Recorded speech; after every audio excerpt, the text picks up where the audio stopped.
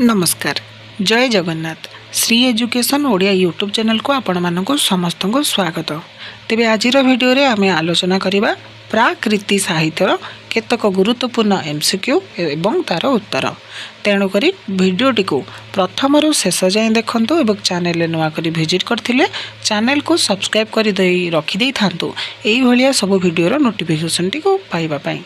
तेबे चलंतु देरी न करी प्रथम प्रश्न को आलोचना करिबा। वैष्णव लीलामृतर रचयिता किए?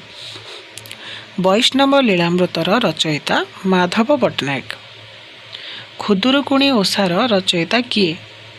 खुदुरुकुणी ओषार रचयिता गोपीनाथ दास। त्रिलोचन दास गीत गोविंदर अनुवाद करी कौन नामकरण करथिले? त्रिलोचन दास गीत गोविंदर अनुवाद करी गोविंद गीता बोली नामकरण करथिले। ज्ञान चूड़ामणिर रचयिता किए? ज्ञान चूड़ामणिर रचयिता हेउचंती भौरी दास। लोही गीतार रचयिता किए? लोही गीतार रचयिता हेउचंती लोही दास। बारमासी कोइलीर रचयिता किए? बारमासी कोइलीर रचयिता हेउचंती शंकर दास।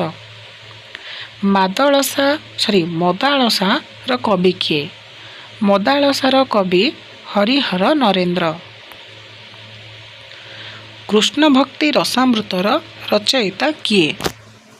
कृष्ण भक्ति रसामृतर रचयिता गोविंद भंज। चैतन्य चरितामृतर कवि किए? चैतन्य चरितामृतर कवि कृष्णदास कविराज। नृसिंह चरितर रचयिता किए? नृसिंह चरितर रचयिता जुगदास। मयूर चंद्रिकार रचयिता किए? मयूर चंद्रिकार रचयिता श्रीहरि दास। भक्ति रत्नावली और हरिभक्ति चंद्रोदय एही द्वय रचयिता किए? भक्ति रत्नावली और हरिभक्ति चंद्रोदय द्वय ग्रंथर रचयिता हेउचंती भीमदास। चंद्रावली विलासर रचयिता किए? चंद्रावली विलासर रचयिता श्रीहरि मिश्र। राम रसामृत काव्यर रचयिता किए? राम रसामृत काव्यर रचयिता कान्हू दास। रसलहरी काव्यर रचयिता किए? रसलहरी काव्यर रचयिता रघुनाथ भंज। कृष्णकेली तरंगिणी काव्यर कवि किए? कृष्णकेली तरंगिणी काव्यर कवि पुरुषोत्तम अनंग भीमदेव। रामकृष्ण केली कल्लोलर रचयिता किए? रामकृष्ण केली कल्लोलर रचयिता त्रिपुरारी दास। स्त्रीकी विश्वास कराई जेबणनर जीवन विफल तार पशुहु गुआर ए पद केउ कविंकर? एही पदटी नरसिंह सेणकर। उषाभिलाष काव्यर सृष्टिर मूल उत्स केउ ग्रंथर रही? उषाभिलाष काव्य सृष्टिर मूल उत्सटी भागवत और हरिवंश आदि ग्रंथ अटे। देवदुर्लभ दासंक रहस्य मंजरी काव्य सह केउ काव्यर सामंजस्य रही? देवदुर्लभ दासंकर रहस्य मंजरी काव्य सहित गोपीचंदन काव्यर सामंजस्य रही। सत्य थिले धर्म अछि धर्म थिले जय नाना पाप कलंक सत्यरे होए क्षय एहा केउ काव्यर अंश? एहा हेउची शशिसेना काव्यर अंश। गोपीचंदन काव्यटी केउ धर्म आधारित काव्य? गोपीचंदन काव्यटी गौड़ीय वैष्णव धर्म आधारित काव्य। चारि भक्ति मध्य प्रेम भक्ति अटे सार से भक्ति अटई कोठ गोपी मानकर गो ए पंक्तिटी केउ कविंकर? ए पंक्तिटी देवदुर्लभ दासंकर रहस्य मंजरी काव्यर अंतर्भुक्त। उषाभिलाष काव्य आरंभरे केउ देवतांक स्तुतिगान कवि करिसंती? उषाभिलाष काव्यर आरंभरे कवि श्री जगन्नाथंकर स्तुतिगान करिसंती। ଢଗ ମୁକ୍ତାବଳୀ କାବ୍ୟରେ କେଉଁ ବିଷୟ ଆଲୋଚନା କରାଯାଇଛି? ଢଗ ମୁକ୍ତାବଳୀ କାବ୍ୟରେ ଛାନ୍ଦ ବିଷୟ ଆଲୋଚନା କରାଯାଇଛି।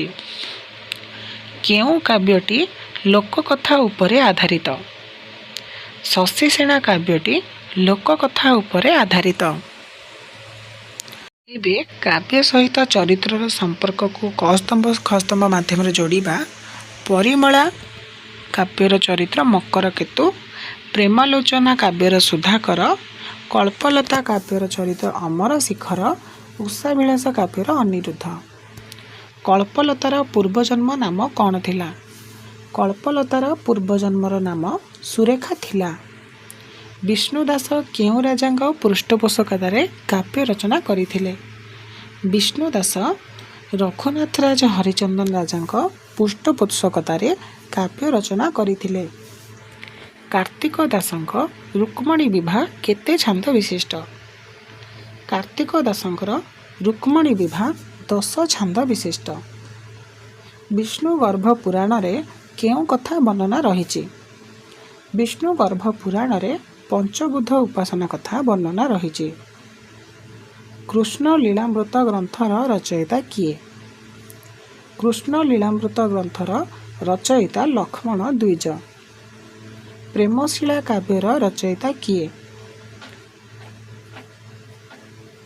ପ୍ରେମଶିଳା କାବ୍ୟର ରଚୟିତା ଭ୍ରମରବର ରାୟ।